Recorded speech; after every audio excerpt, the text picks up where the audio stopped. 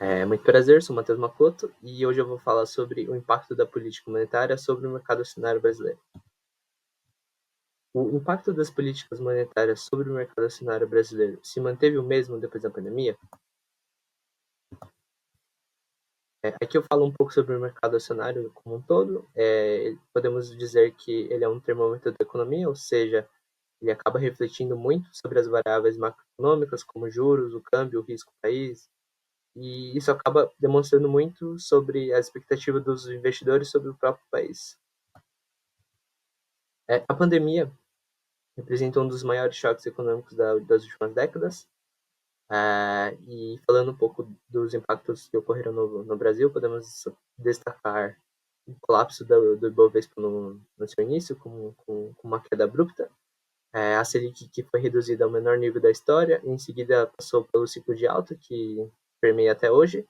A inflação acelerada, o câmbio ficou altamente volátil, o risco do país aumentou muito, e todos esses efeitos combinados mudaram profundamente a dinâmica como um todo do mercado e alteraram a forma de como os ativos reagem às políticas monetárias.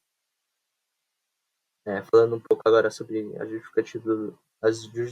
justificativa do meu trabalho, está diretamente ligada a essas principais mudanças que ocorreram na pandemia, ou seja, como esses choques alteraram a dinâmica entre os ativos de risco e os ativos de renda fixa, o que torna necessário uma reavaliação das relações entre a política monetária e o mercado de ações.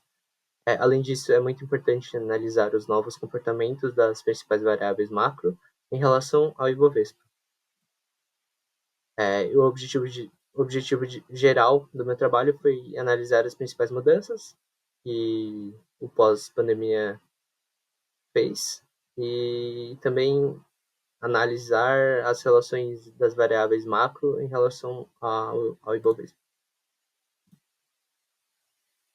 De forma resumida, a literatura mostra que a relação entre a política monetária e o mercado de ações é guiada principalmente pelo risco e pelo efeito dos juros sobre o capital, o, o custo de capital.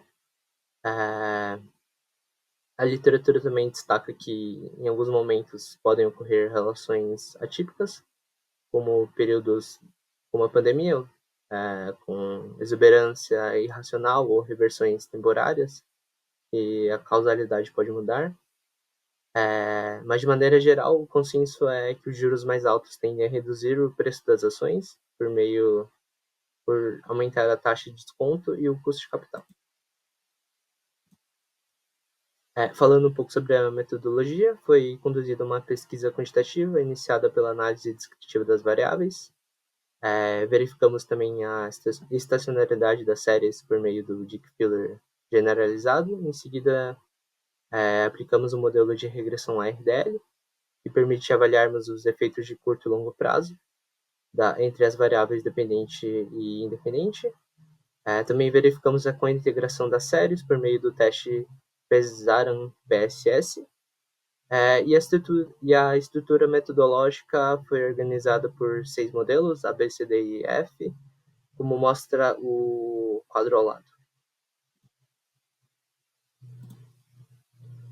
Bom, falando um pouco sobre as variáveis observadas, a variável dependente do modelo é o Ibovespa, e também analisamos 9 variáveis independentes, mês a mês, de janeiro de 2003 a 2024.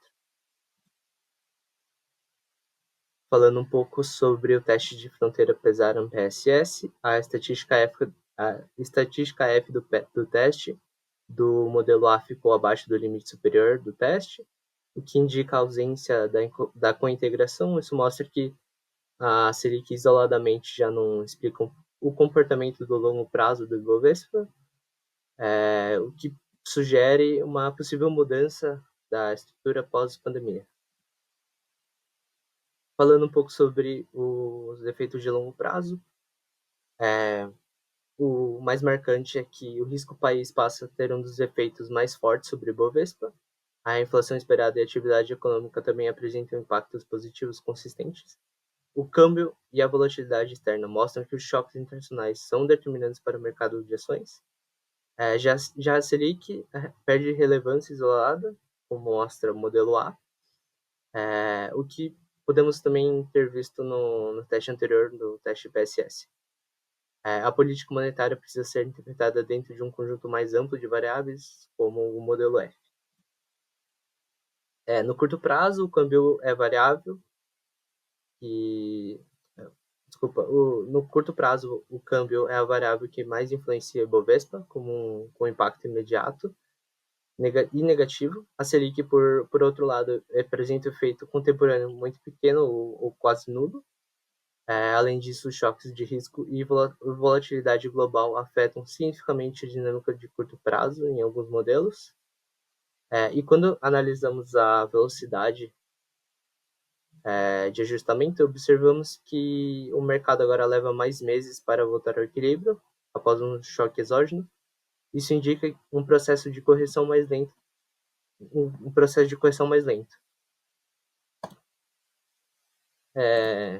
As principais conclusões, primeiramente, é que a relação direta entre a Selic real e o Ibovespa no longo prazo não se sustenta mais, evidenciando uma possível mudança estrutural na forma dos juros e o mercado acionário. E, por fim, a velocidade de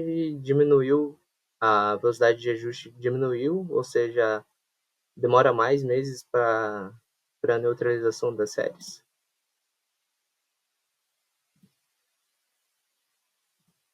E aqui são algumas implicações que nós podemos ter.